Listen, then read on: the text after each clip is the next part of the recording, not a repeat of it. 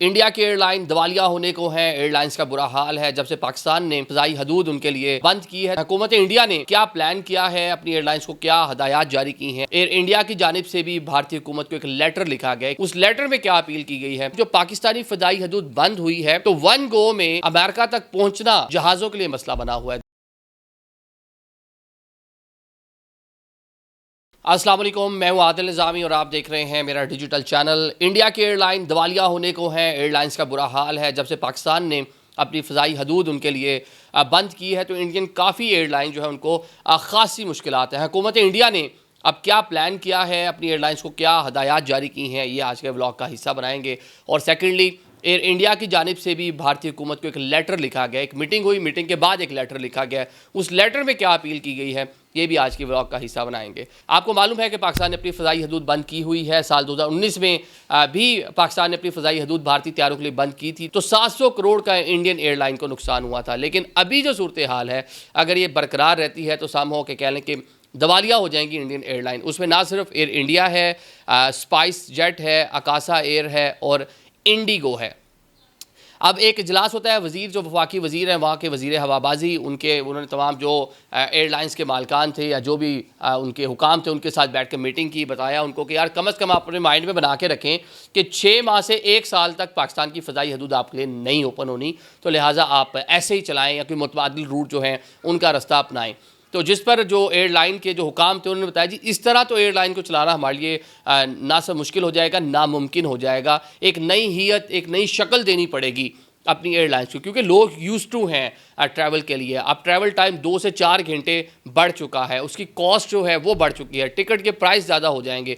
तो कौन सा मुसाफिर ऐसा है जो ज़्यादा टिकट भी देगा, जो अपना क्या उसको बोलते हैं कि लंबा डिस्टेंस के लिए 2 घंटे या 4 घंटे ज़्यादा इजाफी जहाज़ के अंदर भी बैठेगा।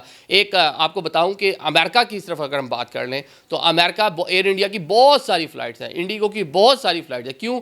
डायरेक्ट फ़्लाइट जाती है, कुछ 16 घंटे 15 घंटे के डायरेक्ट यहाँ से इंडिया से जो है ना वो आराम से न्यूयॉर्क में, शिकागो में, टेक्सास में, कैलिफोर्निया के जो एयरपोर्ट्स हैं तो बासानी वहाँ पे इवन वाशिंगटन में चली जाती है। तो इंडियन बड़ा प्रेफर करते हैं, ऑल तो टिकट थोड़ा सा महंगा होता है। लेकिन अब जो पाकिस्तानी फ़ज़ाई हदूद बंद हुई है तो वन गो में अमेरिका तक पहुंचना जहाज़ों के लिए मसला बना हुआ है। 2 से 4 घंटे जो इजाफी टाइम है, क्योंकि दुनिया की जो लंबी तरीन जो फ़्लाइट्स हैं वो भी 18 से 19 घंटे की हैं, जो ऑस्ट्रेलिया से अमेरिका या जो आपको मालूम ही है कि न्यूजीलैंड से इस तरह जारी होती हैं, बड़ी लंबी लंबी फ़्लाइट्स हैं वो।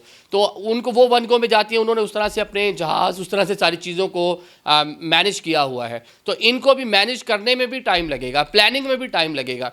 अब क्या हो रहा है कि जो इंडिया से फ़्लाइट जा रही हैं डायरेक्ट अमेरिका, शुमाली अमेरिका के लिए, कनाडा के लिए, तो उनको रास्ते में कहीं ना कहीं ले ओवर, कहीं ना कहीं फ्यूल के लिए रुकना पड़ रहा है। उसके लिए कोपनहेगन यूरोप में, उसके अलावा यूरोप के कई ममालिक और हैं जहाँ पे उनको फ़िलहाल जो है मुख्तलिफ एयरलाइंस हैं, मुख्तलिफ जगहों पे प्लान कर रखा है जहाँ पे सस्ती लोकल हैंडलिंग है, सस्ता फ्यूल है, सस्ती ट्रीटमेंट है, उस हिसाब से सस्ते टैक्सेस हैं लैंडिंग और टेक ऑफ के। तो सारी की सारी चीज़ों को मिलाकर जनाब वो प्लान कर रहे हैं, लेकिन ये अभी इब्तदाई मराहिल में है। अब जब एविएशन मिनिस्टर ने हाथ खड़े कर दिए और कहा जी ये सब होना है तो आपको यही और किसी किस्म की माली मावनत भी एयरलाइंस को नहीं मिलेगी, ये भी तकाजा किया गया था।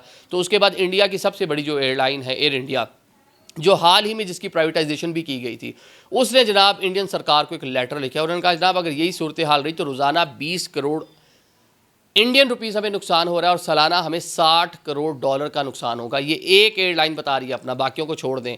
तो लिहाजा अगर यही सब कुछ हुआ तो हम नहीं चल पाएंगे। अब आपने एयर स्पेस बंद की है, एक अच्छा मौका, एक अच्छा माहौल फराम करना हुकूमत की ज़िम्मेदारी है, तो ये जो नुकसान है इसको आप इसकी तलाफ़ी करें। मतलब उन्होंने भी इंडियन गवर्नमेंट को कह दिया कि जनाब ये हमारे जो 60 करोड़ डॉलर का सालाना अगर 1 साल बंद रहती है, जो नुकसान होगा तो हुकूमत हिंद उसको बर्दाश्त करेगी और हमें जो है ना उसका पैसा देगी।